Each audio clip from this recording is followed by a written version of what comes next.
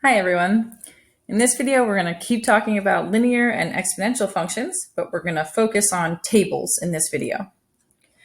As a reminder, I put up the equation of a linear function here and the general equation of an exponential function here. And so our goal for today is to go through these 6 examples, different examples of tables, and to determine if the table represents a linear function, an exponential function, or neither.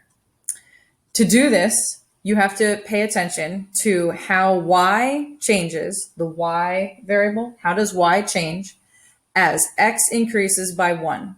That is a key feature that has to really be internalized. How does y change as x increases by 1?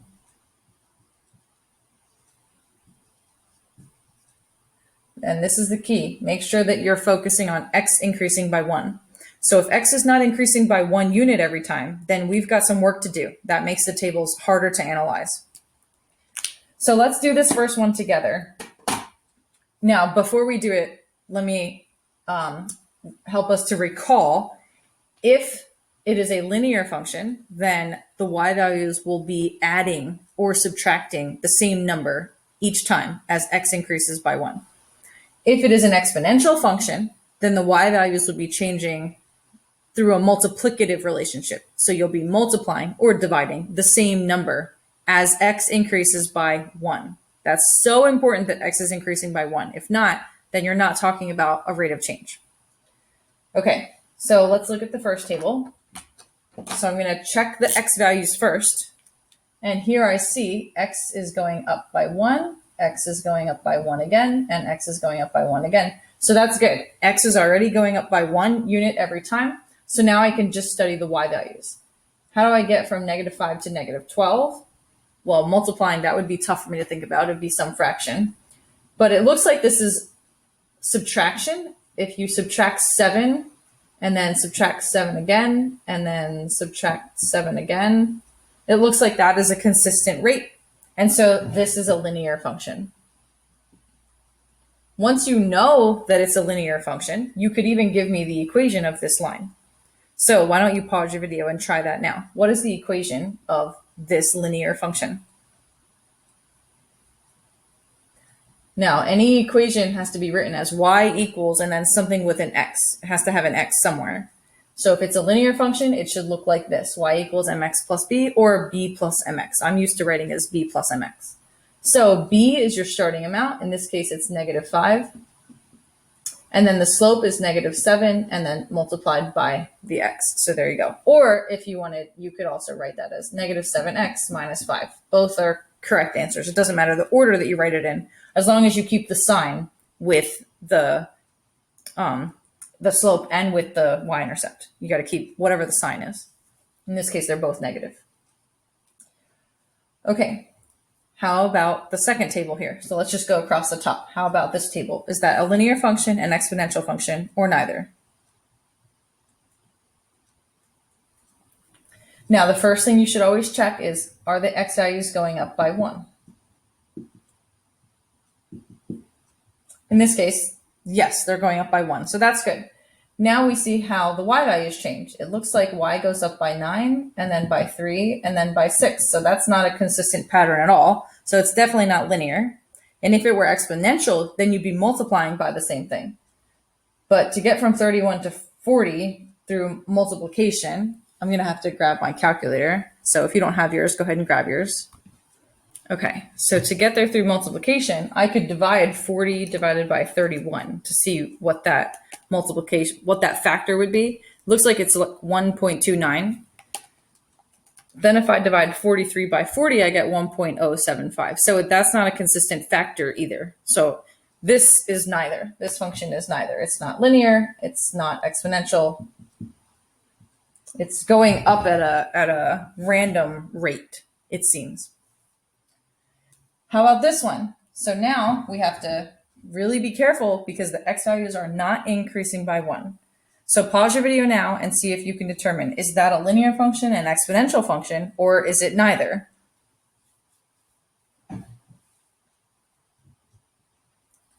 So I'm going to study how x is changing here. First, x is going up by 3, then x is going up by 1, and then x is going up by 2.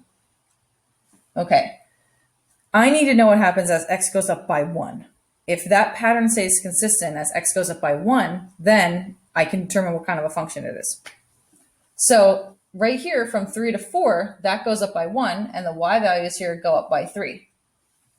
So if this were a linear function, then every time x went up by 1, y should go up by 3. So here, if x is going up 2 units, that would mean y would have to go up 2 times 3, which is 6. And it does go up by 6 because 43 plus 6 gives us 49. And over here, if this is a jump of 3 units, then that means this must go up by 9, which is 3 times 3. And it does go up by 9. In other words, if you want to know the slope, here, you could do 9 divided by 3, and you will see that you get 3, which is the same thing as 3 over 1, and you also get 6 over 2. All of these rates simplify down to 3. So that means that this is a linear function because as x increases by 1, y increases by 3. And that is consistent the whole way through. Another way that some people have done this is if you have a jump of 2, so you see how inside here there's a jump of 2, you could simplify that by thinking about this as a jump of 1 and then 1 again. And if that happens, what needs to happen on this side if this is 6? Well, then this must jump plus 3 and then plus 3 again. And so you can see that it's got that constant slope of 3. Another way to think about it is if this is a jump of 9, I'll erase this in a second. If this is a total of 9, from 31 to 40 is a jump of 9, but that happens over 3 units of x, and I need to know what happens in 1 unit of x, then I can just cut this into thirds. So this whole thing is over 3 units. Well, now I just changed it. So here's 1 unit, here's 1 unit, here's 1 unit. That's 3. And by doing that, if I think about cutting 9 into 3 pieces, then this would have to be 3, 6, 9. So each one of these is 3 units long. That's another reason for why when you calculate slope using rise over run or y2 minus y1 over x2 minus x1, that's why you're using division, because you're trying to figure out how does y change as x increases by 1. So if x is increasing by 3, then you just cut up what's happening to y. You cut that up into thirds, and that will tell you what happens in every 1 unit of x. That was a lot that I just said there, so feel free to rewind and re-listen, but that is such a key component of what a rate means, and it really helps put in perspective why the formulas that we've probably seen for most of our middle and high school years, why they make sense. That's why you're dividing. Okay. So this is definitely a linear function, and if you compare these 2 examples, you will see that this one was not a linear function because x went up by 1, and look at how the y values changed. They were changing all kinds of weird sporadic ways. But here, x was not going up by 1, and it was the same exact y values. I just copied and pasted them. So I did that on purpose to show you that you cannot only look at the y values. You have to also study how the x values are changing. And if they're not changing by 1, then you have this work to do.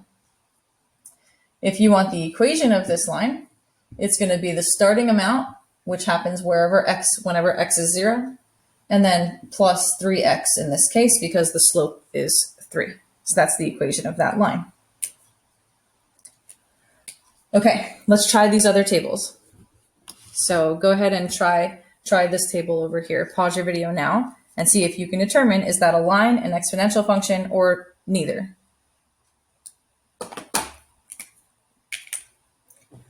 Now, luckily, x is already going up by 1, so that's a great sign. That makes the problem easier.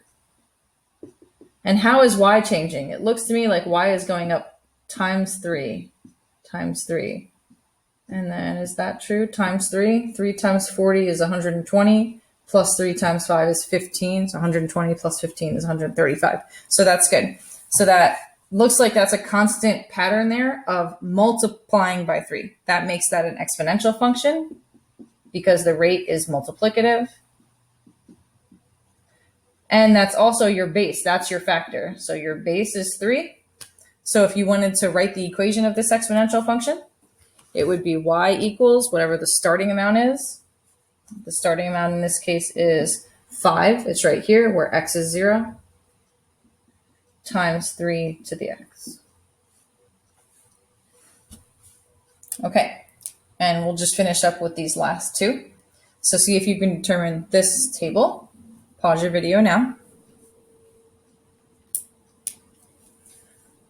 Luckily, this is also going up by 1. The x values are going up by 1. I love when x goes up by 1. It makes it easier, right? Because now we can just focus on y. And y looks like it's going up by 3 each time using addition. So that makes this a linear function. And if you want to write the equation of this, then you need the y-intercept. However, in this table, I don't see the y-intercept because the y-intercept occurs when x is 0. It's the starting amount. And there is no x equals 0 in this table. So why don't you pause your video now if you haven't done this already and see if you can figure out what's the y-intercept. And once you find it, then you can write the equation of your line. So try that now. So I'm going to find the y-intercept by working my way backwards because I need to know what happens when x is 0. And so I'm just going to subtract 3. I'm going to do the opposite. And that'll give me 4 here. So that must be the starting value is 4. And then the slope is 3. So it's 4 plus 3x. That would be the equation of that linear function. Okay. So then we have one last table. So go ahead and try this. Is this linear, exponential, or neither?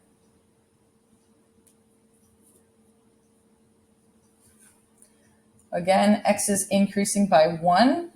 So I love it when that happens. And over here, it looks like y is going down, and it looks like you're dividing by 2 each time. That's the same thing as multiplying by 1/2 times 1/2, and then times 1/2. And the reason why I wanted to write it as multiplication instead of division is because I want to be able to see the factor for this exponential function. So it's doing the same thing every time. So that makes this an exponential function where the factor, the b value, is 1/2. And so now we just need to figure out what the y-intercept is. Same issue here. I don't see where the y-intercept is because I don't have an x equals 0 listed in the table, but you can find it by working your way backwards. So see if you can find the y-intercept and then write the equation of this exponential function.